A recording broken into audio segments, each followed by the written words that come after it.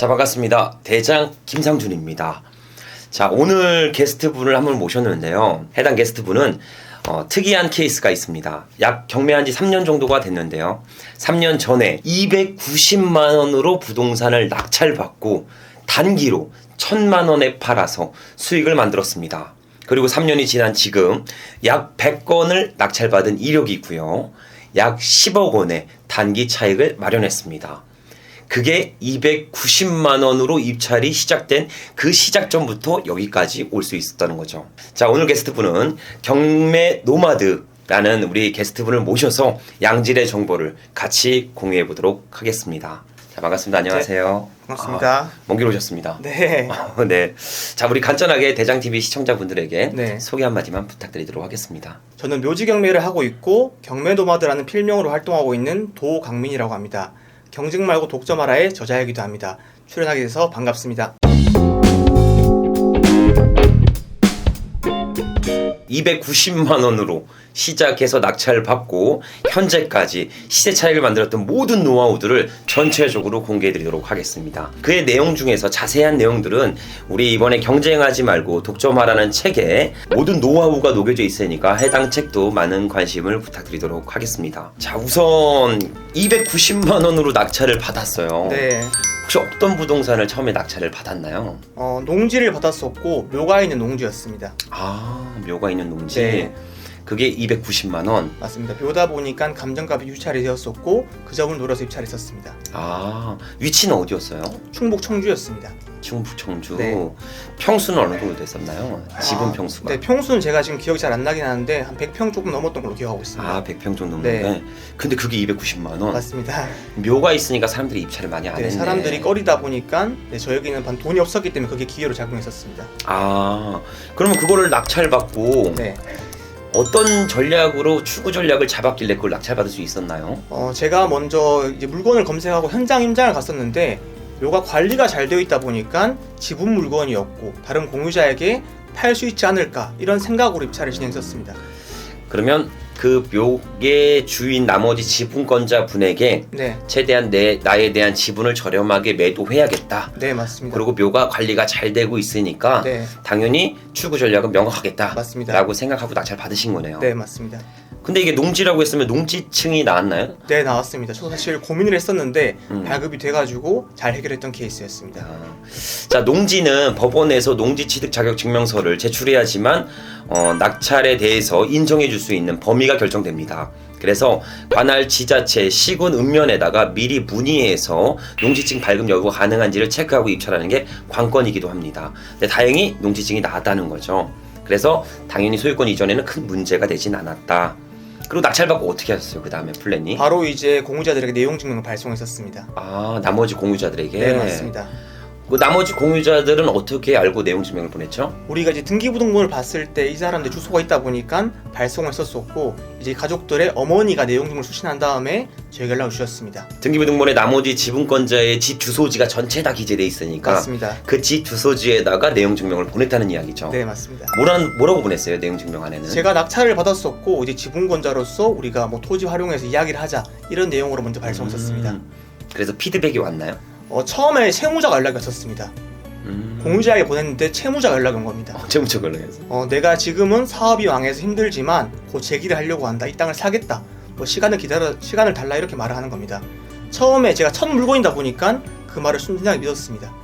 하지만 1주, 2주 지나도 연락이 없는 겁니다. 다시 2차 내용 증명을 통해서 우리가 공유물 분할 청구 소송을 하겠다 이렇게 말을 하니까 다른 가족에도 연락이 왔습니다. 이번에는 채무자가 아니라 네, 지분권자가? 채무자의 다른 가족 연락이 와가지고 이제 그렇게 해서 저는 매도를 진행하게 됐습니다. 그러면은 이 290만 원에 입찰했던 거의 의미는 네, 이 토지가 네. 주변 시세보다 저렴하다는 것을 강구하고 입찰을 하신 거네요. 맞습니다. 그러면 이 주변 토지의 시세는 얼마 정도 했어요?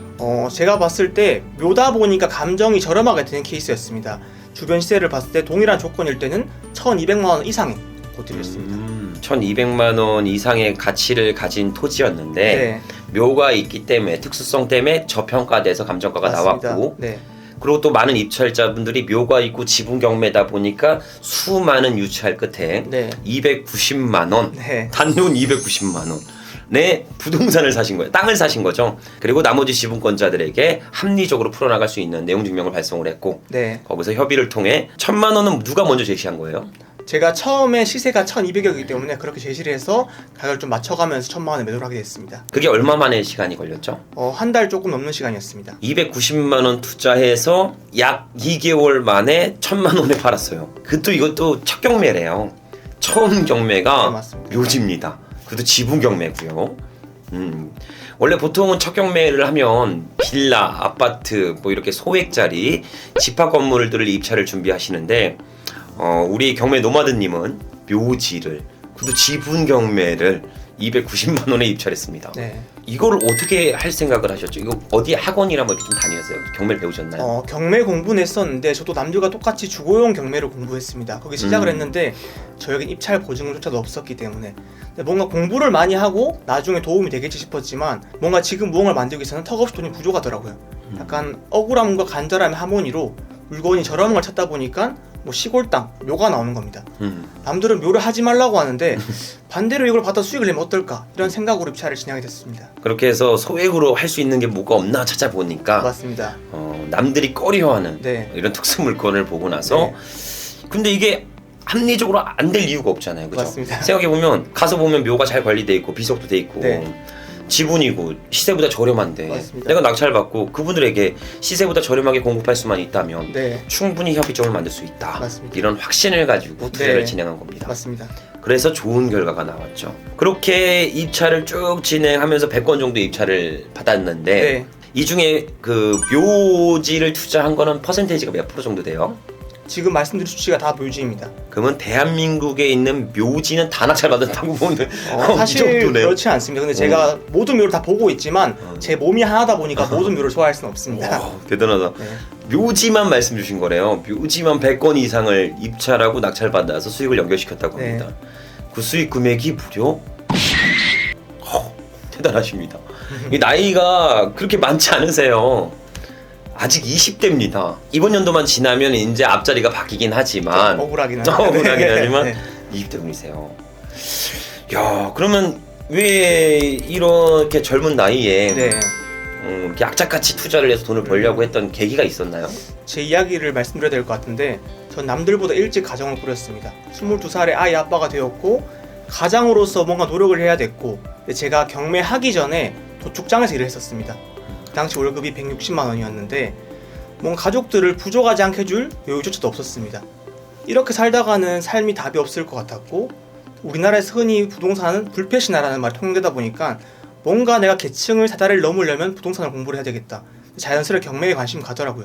그렇게 하다가 경영 공부를 하게 되었고 묘지까지 진행이 되었습니다. 22살에 결혼을 하셨어요. 네. 군대 갔다 오자마자. 군대 가기 전에 결혼했기 때문에 이제 아이를 키우면서 상근 예비역으로 출퇴근하는 군인 생활을 했었습니다. 22살이면은 아이가 그럼 지금 몇 살이지? 지금 올해 초등학생 1학년입니다. 초등학교 1학년. 네.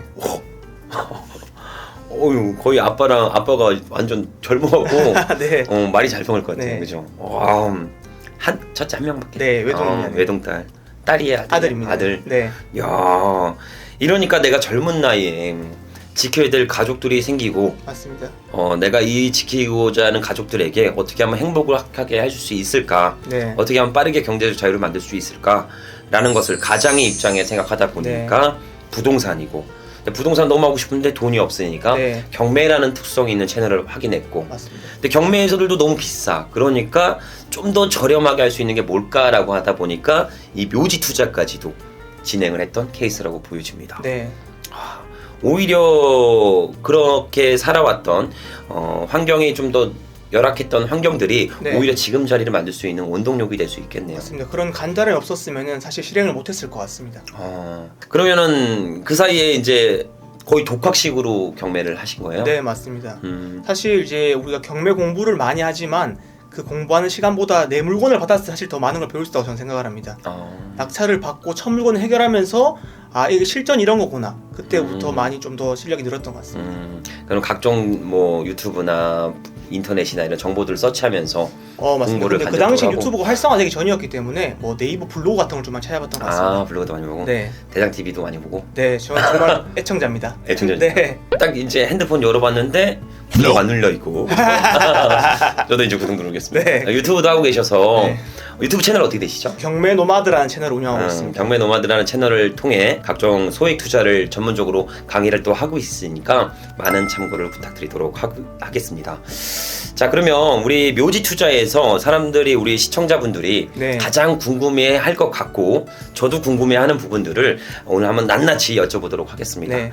자, 우선 묘지 투자는 다 지분인가요? 통상? 모든 물건이 지분은 아니지만 저는 지분이 더 편하다고 말씀을 드립니다.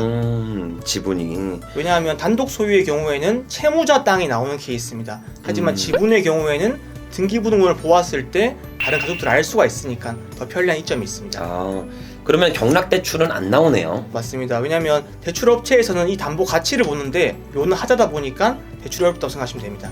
묘라는 특수성 그리고 지분 물건이라는 이유 때문에 맞습니다. 정확하게 이 소유권을 인정받지 못해서 경락대출은 불가하다. 그래서 소액으로 투자해서 맞습니다. 나의 자본금을 최소화해서 투자하는 게 주요 획점이다. 네. 그죠. 그래서 대출은 어렵다라는 거를 인지하셨으면 좋겠습니다. 자, 그리고 분묘기지권에서 지료를 받을 수는 있다고 21년도에 판결문이 나왔습니다. 네. 아무리 분묘기지권이 형성되는 묘라도 지료를 지급해라. 토지 주인에게. 네. 21년도에 판결문이 나온 상태가 있습니다.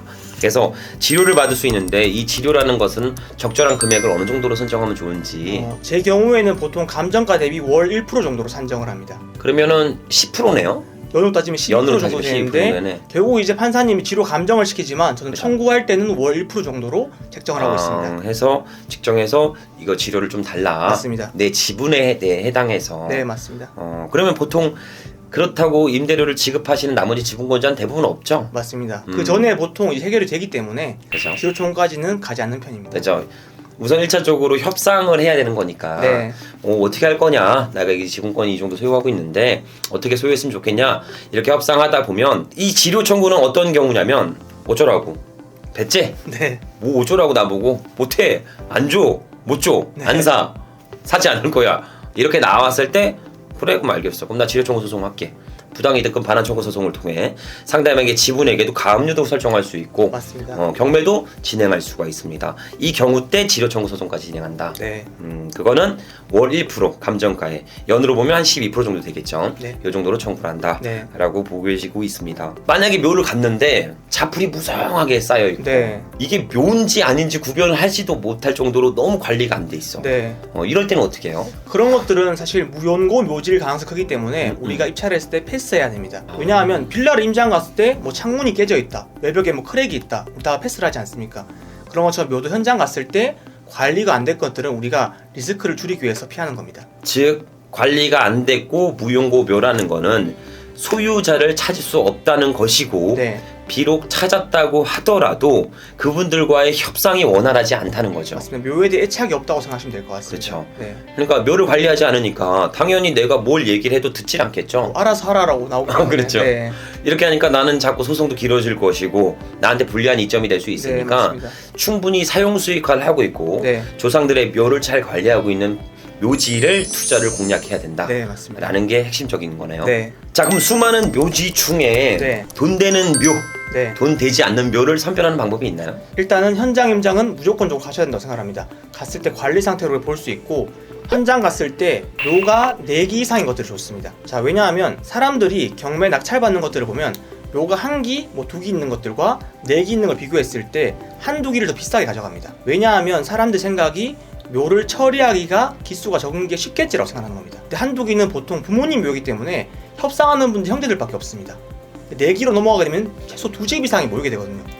협상 대상자들이 많기 때문에 더 우리가 매도하기가 쉬운 케이스가 되는 겁니다. 그러니까 묘가 1개 내지 2개 정도만 존재한다면 협상해야 되는 타겟군이 1차로 협소한데 한 4기, 5기 이렇게 있으면 내가 다양한 분들을 통해 협상을 통해 추구 전략을 무난하게 잡을 수 있으니까 맞습니다. 최대한 관리가 잘 돼 있는 네. 묘가 여러 개 있는 것을 투자를 하시는 게 맞습니다. 관건이다. 네. A가 안 되면 B로 넘어가면 되니까. 맞습니다. 여러 플랜 생각해야 되기 때문에 그렇습니다. B가 안 되시면 C로 넘어가면 되니까. 네. 그러니까 오히려 양질의 묘들이 잘 관리되는 묘들이 많은 게 오히려 투자 포인트다. 네, 맞습니다. 반대로 따지면 갔는데 관리 전혀 안 되고 묘도 하나밖에 없으면 네. 그러면 다시 이제 등산해서 내려와야죠. 네. 운동했네요. 네. 산책을 할 수 있어요. 경매 투자를 하면서 건강을 지킬 수 네, 있습니다. 강제로 이제 운동을 할 수 있게 됩니다. 네. 근데 그 찾아가는 것도 좀 힘드실 것 같아요. 찾아가는 걸 어렵다고 생각하시는 분들이 있는데 우리가 뭐 네이버 지도 카카오맵을 보게 되면은 제가 있는 위치가 나오지 않습니까? 그렇죠. 그거를 보고 따라간다고 생각하시면 됩니다. GPS 기반 핸드폰으로 바로 보여지니까 핸드폰 들고 이렇게 따라가다 보면 다 금방 찾을 네, 수 맞습니다. 있다라는 거를 이야기를 드린 겁니다. 그러면 묘지 투자를 생각하시는 분들한테 네. 예상해야 되는 네. 기간, 이 투자를 할 때는 대략 이 정도 사이클의 기간을 두고 넉넉하게 네. 생각을 하셔라 라는 방법을 간단하게 좀 말씀 주셔도 될까요? 제 경우에는 묘지를 잔금 납부하고부터 매도까지 한 달 정도 시간이 걸리는데 그렇게 이상적으로 말씀드리고 싶진 않습니다. 왜냐하면 이제 막 묘지 경매를 시작하신 초보자분들이기 때문에 그래도 한 2달, 3달은 시간을 두고 입찰하셨으면 좋겠습니다. 이게 내가 뭐 한 달 안에 팔아야지 이런 마음을 먹다 보면은 마음이 조급하기 때문에 투자하다가 우리가 급해지다 보면은 그만큼 실수할 가능성이 커지게 됩니다. 그래서 3달 정도 시간을 여유있게 가지고 입찰하시면 좋을 것 같습니다. 3달 정도 안에는 무조건 협의된다. 맞습니다. 대부분은 그렇습니다. 그죠. 근데 간혹 1, 2%가 안 될 수 있다. 네, 그럼 소송까지 가야 된다. 네. 그러면 추가 3개월을 더 봐야 된다. 맞습니다. 요 정도는 예상하시고 조금 긴 호흡으로 뭐 묘지를 낙찰받아서 단기적으로 막 수익을 만들겠다, 뭐 단기로 내가 한두 달 안에 팔아서 수익을 만들겠다 이렇게 생각하지 마시고 조금 더 긴 호흡으로 바라본다고 생각하고 투자를 하라는 건 말씀을 네, 주신 맞습니다. 겁니다. 그죠? 네. 시스템을 간단하게 제가 한번 말씀을 드려볼게요. 총 요약해서 소액으로 하시는 분들은 대출이 안 나옵니다. 그렇기 때문에 최대한 소액으로 입찰을 준비를 하셨으면 좋겠어요. 단 최대한 관리가 잘 되어 있는 이런 묘지 위주로 물건을 보셨으면 좋겠습니다. 최대한 묘가 1개 말고 2-3개가 있는 거. 네, 맞습니다. 이런 것들을 시세보다 반값에 사셔야 돼요. 무조건. 그래야 나머지 지분권자들에게 합리적인 금액에 제시할 수 있습니다. 아니 시세보다 비싸게 팔면 나머지 지분권자들이 야 나쁜 놈이네 이럴 수 있잖아요. 반감을 그죠? 가질 수가 있어요. 반감을 갖고 네. 오히려 협의가 안 될 수 있어요. 그렇기 때문에 최대한 저렴하게 낙찰받고 그분들에게 어차피 그 등기부등본을 전체적으로 보면 나머지 소유권자들의 집 주소지를 알 수 있습니다. 그분들한테 내용 증명을 보내서 같이 협의를 해보자. 같이 출구 전략을 잡아보자 라고 제시를 합니다. 그 다음에 뭐 나는 이걸 안 쓰고 있으니까 내 지분만큼의 지료를 주실 건지 임대료를 주실 건지 아니면 내 지분을 사가실 건지 결정을 좀 해달라. 네. 나는 시세가 주변에 다 1,000만 원인 거 알지 않냐. 난 500에 팔겠다. 800에 팔겠다. 이러면 나머지 지분권자들도 이분 못된 사람인 줄 알았는데 시세보다 싸게 맞습니다. 파는구나. 그래서 여기서 원래 끝나는 게 맞습니다. 그래서 단기 차익을 마련하게 되죠. 나 안 할 건데? 나 못 사. 돈 없어. 몰라 배째 안 해 이럴 수도 있다는 네, 거죠. 맞습니다. 경우일 수가 있어. 네. 그러면 우리는 부당이득금 반환 청구 소송을 통해 해당 지분에다가 가압류 걸고 경매를 낼 수도 있어요. 나머지 지분권을 경매를 붙일 수도 있습니다. 그 다음에 이 경매를 통해 나는 공유자 우선 매수권 행사도 할 수가 있어요. 네. 그게 아니라면 그냥 우리 통 지분을 공유물 분할 청구 소송을 통해 합리적으로 배당받을 수도 있습니다. 네, 맞습니다. 근데 이 또한 내가 시세보다 싸게 샀기 때문에 당연히 차익을 마련할 수 있는 방법이 되겠죠. 네. 이거는 이제 묘지 투자만 아니라 나머지 지분권자들, 지분 투자들도 응용해서 사용할 수 있다고 보여집니다. 네. 그렇게 하면서 290만 원 투자로 지금은 10억 원 이상의 자산가가 됐고 묘지 투자만 100건 이상 다양한 경험을 하셨겠죠. 근데 좀 무서워요. 어떤 부분이 100건이 네. 낙찰됐으면 100건 이상의 묘지를 가보셨다는 거잖아요. 맞습니다. 더 많이가 찜장은 그쵸? 더 네. 묘를 너무 많이 가보셨으니까 제가 처음 이제 묘지 했던 첫 해에는 일주일에 4-5일은 묘지만 찾아다녔습니다. 좀 무섭지 않으세요? 낮에만 네. 가셨죠 그래도? 네, 낮에만 갔어요. 낮에 밤에 한번 간 적이 있었는데 밤에 간 적이 있어요? 네, 묘 인근에 대나무들이 많지 않습니까? 맞아요. 바람이 쓱 불면서 약간 맞아요. 좀 제가 겁이 없는 편인데 무섭더라고요. 네. 저는 그냥 낮에 가도 무서울 것 같은데 약간 살짝. 근데 이제 돈을 벌라는 책임감 때문에 그런 무서움도 모르고 했던 것 같습니다. 자 그럼 마지막으로 저희 대장TV 시청자분들에게 네. 하고 싶은 얘기나 그리고 우리 290만 원으로 처음 투자했을 때 그 답답한 심정들도 있잖아요. 그렇게 가지시는 시청자분들이 상당히 많습니다. 네. 그래서 그런 시청자분들에게 한마디 네. 부탁 좀 드리도록 하겠습니다. 제가 처음 경매를 시작할 때 제일 어려웠던 점이 길잡이가 없다는 점이었습니다. 방법을 알려준 사람이 없었다는 거였는데 대장TV 구독자분들은 김상준 대표님의 훌륭한 길잡이가 있기 때문에 여러분들이 가지고 있는 지식들을 활용만 하시면 됩니다. 제가 생각하기에 부자와 빈자의 차이는 우리가 가지고 있는 정보를 돈으로 바꾼 작업을 했느냐라고 생각합니다. 이미 여러분들에게 대표님께서 좋은 정보를 많이 드렸기 때문에 꼭 밖으로 나가셔가지고 돈으로 바꾸는 작업을 하셨으면 좋겠습니다. 감사합니다. 네, 여기까지 저희 우리 경매 노마드님을 모시고 남들은 절대 꺼려하는 묘지 투자를 통해 자산을 이루고 지금까지 수익을 만드시는 실전 노하우들을 전체적으로 들어봤습니다. 그래서 우리 시청자분들도 오늘 내용을 참고하셔서 무조건 이기는 경매 투자를 진행하셨으면 좋겠습니다. 오늘도 긴 영상 시청해주셔서 감사드리며 앞으로 보다 양질의 영상으로 보답드리도록 하겠습니다. 감사합니다. 감사합니다.